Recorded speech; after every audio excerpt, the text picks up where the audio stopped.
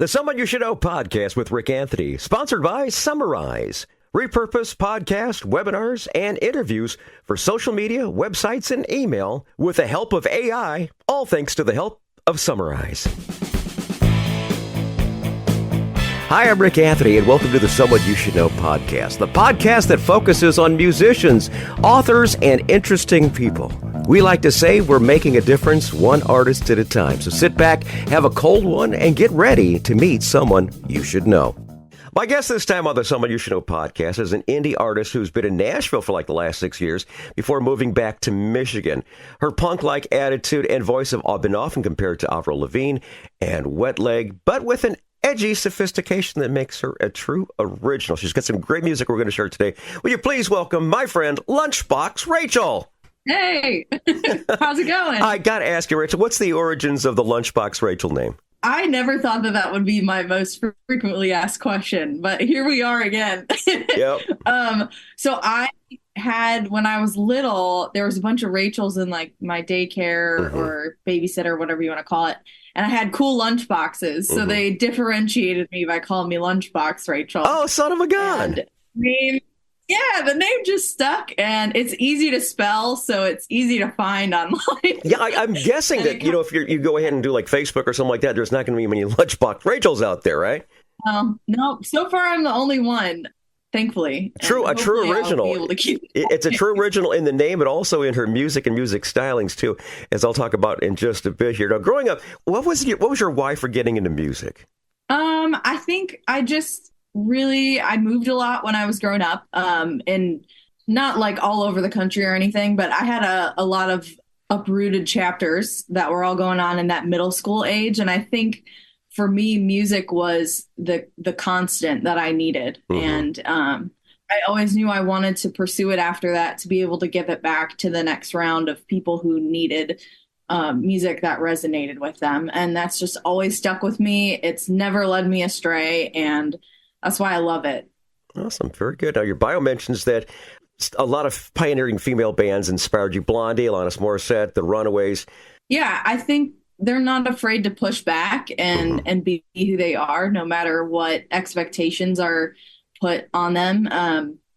Even though I'm not at that caliber of artistry yet, I've had a lot of unsolicited advice on what I should wear, what color my hair should be, how I should change the songs to, resonate with more people and all of that. And I really lean on those artists that influence me to stay true to who I am and my writing style. Good for you. Good for you, because everybody's got an opinion on, we've got to lose the glasses. We got to be a blonde now. You got to do this particular thing. It's just, that's just it. Be true to yourself. That is the most important thing you can do in music, because everybody else, there's just so many people that are in that formulaic Play-Doh fun factory music artist type development, and you can't do that. You got to be original. I'm very proud of you, Rachel, for saying that. That's really, really cool. As I said in your intro, your voice is being compared to like Avril Lavigne and Wet Leg, but with a unique sophistication. Can you explain a little bit about that as far as that goes? Like you say, you're trying to be true and everything like that, but your stylings and such of being compared to like Avril. Your thoughts? Yeah, I have an undergraduate degree in opera.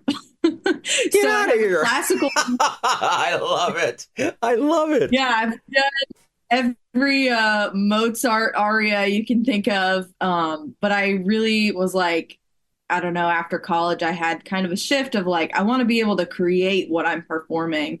And so I moved to Nashville to learn, like, how do you even become a songwriter? Right, what does this look like? Yeah. And I was like, let's go to the epicenter and study and observe the people down there. And I kind of started shifting the vocal technique around. It's very different placement than opera singing is. So I'm very like talk heavy now in a lot of my music. You'll hear that in Amoeba, my latest release. It's a different placement. And so it's been interesting just to just figure out the different voices that I can do and that they're all me, but it's just when do I want to use those paints on the palette kind of a thing. Very good. Very good. You're very well spoken, and your music is incredible. As a matter of fact, you mentioned Amoeba just a second ago. It's being described as a song about an innocent crush turned into a dangerous obsession. That happens an awful lot. Let's talk about the backstory on Amoeba. Yeah, so I actually had come down with some sort of food poisoning. So I think germs were just like in the front of my mind. And I was like, Amoeba is such a cool word. Mm-hmm. If I built a song around it, what would that look like? And I've been writing a lot about how the internet impacts our perspective on life. So Timelines is another song I wrote that's about that too, of just comparing yourself to what you see online and how it affects your psyche and whatnot. And I have so many friends that are in dating apps and just stuff is not going well. Mm-hmm. And the conclusion that we made was just kind of like, you just kind of start shape-shifting who you are to get somebody to like you back. And then how dangerous that can become because you're just losing yourself in this process of looking for love online, especially. So that's where that came from. And so far it's resonated with everybody that's listened to has been like, you kind of called me out on that one. Well, the thing is, you also mentioned that as far as music, as far as people wanting to change you change your style, change your looks and everything like that. So it's in dating, it's in music, and it's on the podcast right now. Here's Amoeba from Lunchbox Rachel, the Someone You Should Know podcast.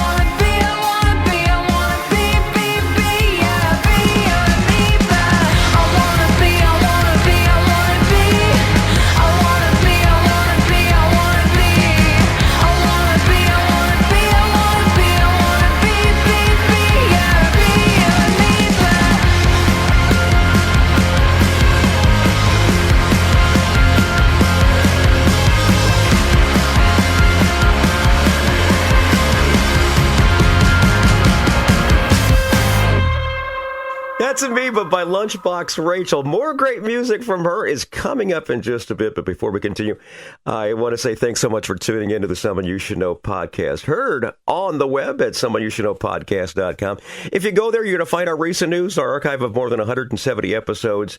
And this is a chance for you to catch up on those ones you might have missed along the way. We've been doing it for quite a while and really and truly love doing it and bringing it to you each time. And I want to say thanks to our friends over at Buzzsprout. They're the service that shares us to all the streaming platforms. Right now, I am so blessed. Thank you so very much. We're heard in over 2,200 cities and 90 countries around the world. A couple of ones that we want to say hello to: Delphi, Indiana, also Ontario, New York, Columbus, Ohio, and here's one I haven't had before: Tyuning Oblast in Siberia. Tyuning Oblast in Siberia. Thank you for tuning in to the Someone You Should Know podcast, heard wherever quality streaming audio is available. Hi, it's Rick again for Summarize. Summarize repurposes your content from audio and video into engaging, shareable social posts, email content, summaries, quotes, and more. Hey, it's hard work to create high-quality content from podcasts and video content. Summarize gives you multiple types of content to support your marketing channels, from social media posts and email newsletters to show summaries and a whole lot more. As a matter of fact, if you go there today, you can upload up to 60 minutes for free and find out why I like it so much. Go to summarize.com to learn more. That's SUMMARAIZE.com. Thanks for listening, and now back to our podcast. Thanks for listening. We're speaking with Lunchbox Rachel. Moving back to Michiana after 6 years in Nashville had to be kind of a significant change. How did that change your music styling, if any? A lot has changed in the 6 years that I've been gone. I think COVID definitely had an impact. So there's a lot of cool little businesses and different artist opportunities, and more of a thriving local scene, I would say, now than when I first moved down to Nashville. So it's been really inviting and welcoming to come back into that. I definitely have picked up more of my, I'm inspired by country now that I don't live where country music is playing all the time. So wow. I am on doing an album along with another kind of integrated project. I've been working on it for a while, but I finally feel like the timing's starting to align, and it's going to be similar to what I've already released, but it's going to have a little bit of an update and twist on it. And I'm calling it indie twang is the genre. I love it.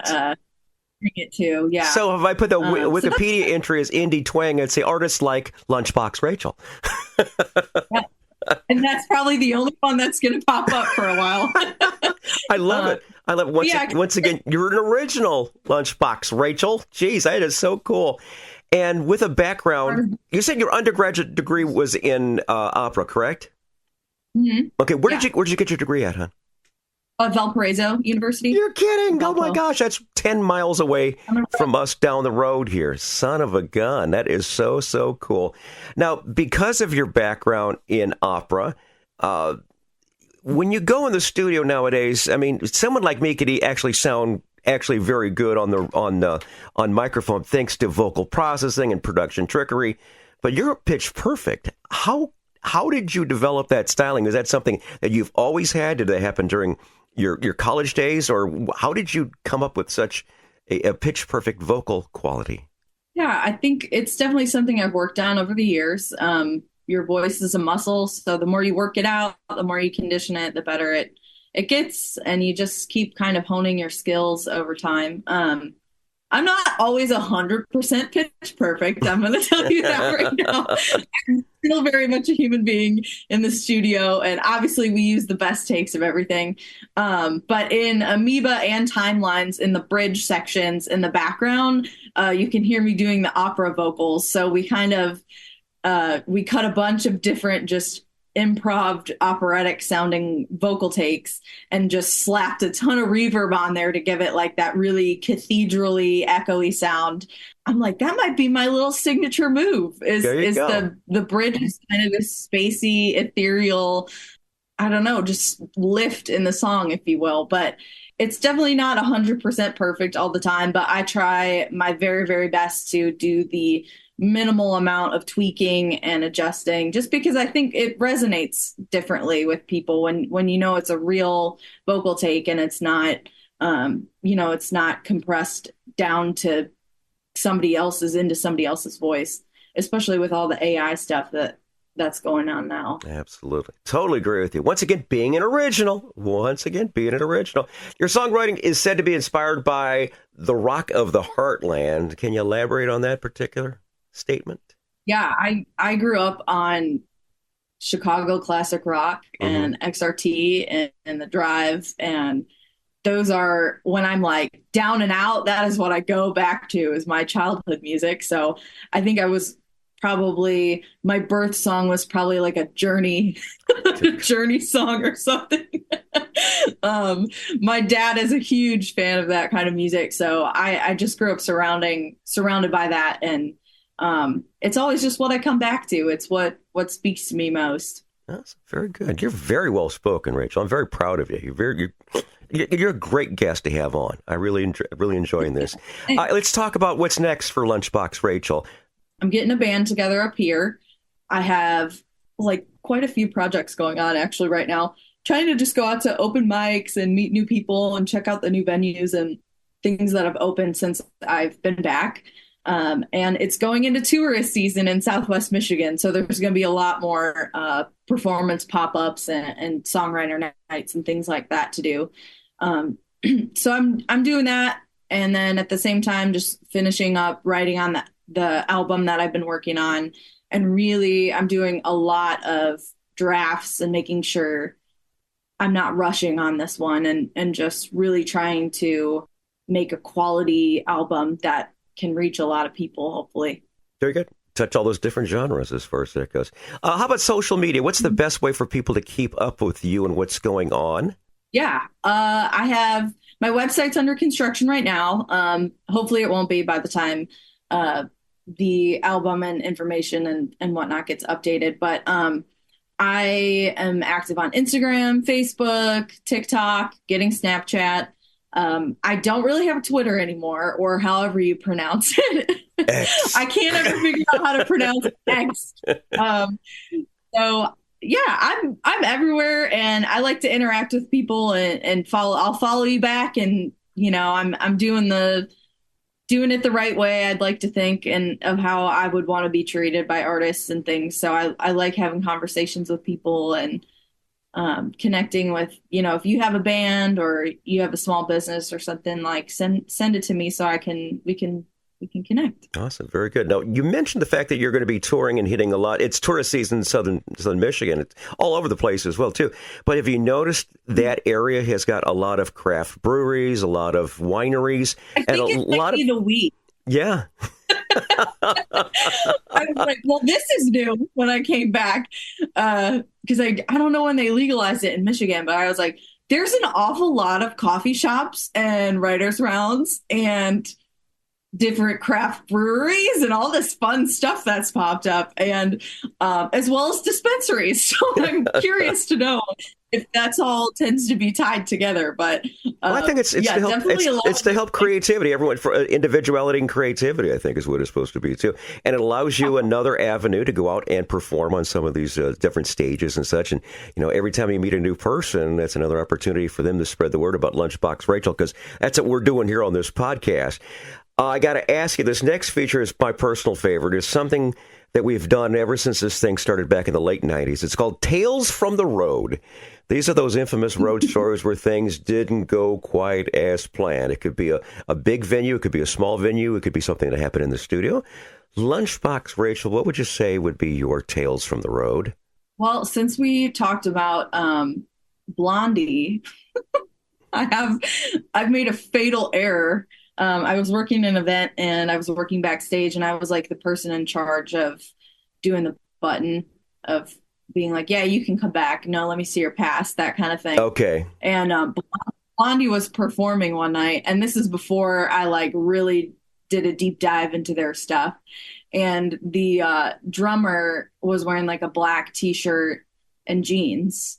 And it was, I don't know, maybe like an hour before their show or something, but they hadn't done like a sound check or anything. They wouldn't let him backstage because he didn't have a pass on. And I was like, sir, you need to go talk to the security. And he's like, oh, I can't. It's a group. And I felt terrible. And I was like, I need to listen to their music more and like really get into them. And of course, I ended up loving their stuff and learning more about all the artists and the people involved and stuff. But I was like, oh my gosh, that was a tail between my legs moment.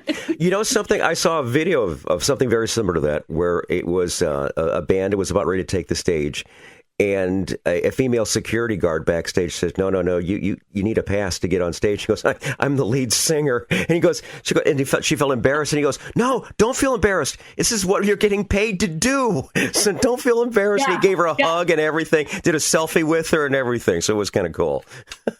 Awesome. They know they're safe when we push back on them getting backstage. I love it.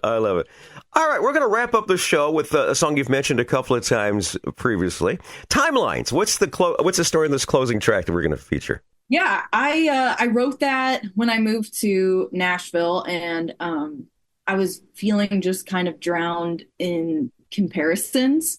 You're up against people who come from musical families. You're up against people who have tremendous connections or absurd amounts of money to just take on whatever project they want, etc. And I wanted to write a song about how I kept comparing myself to what I saw on my phone timeline. And I kind of made it a double entendre to make it like we just can sit there and compare where we think we should be at in our own lives against what we're seeing on social media and people's reels, and how to remind ourselves, like, you're exactly where you're supposed to be at for this chapter of your life, whether it makes sense to you now or not. Like you're on time, and reminding yourself of that when it feels icky. I love it. You have been an absolute delight to be on the show, Rachel. I absolutely, really, and truly enjoyed talking with you. You're very well spoken. Your music is fabulous. I see nothing but big things for you in the future. Thank you so much. I appreciate you having me and getting to know you better as well. It's been awesome.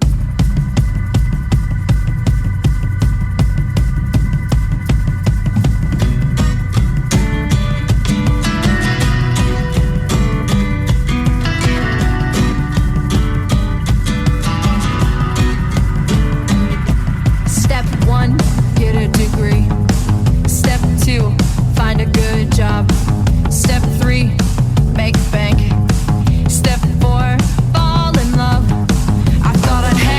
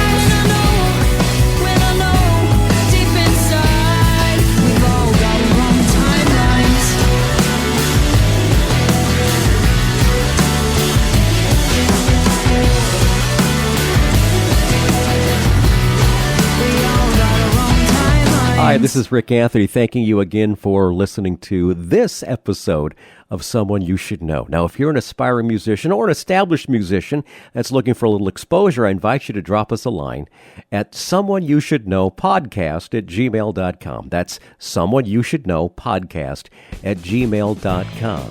Also, I invite you to tell a friend about the Someone You Should Know podcast. I thank you for tuning in this time, and I invite you to check us out next time on the Someone You Should Know podcast, because you never know who's going to show up. Until next time, remember, God loves you, and so do I.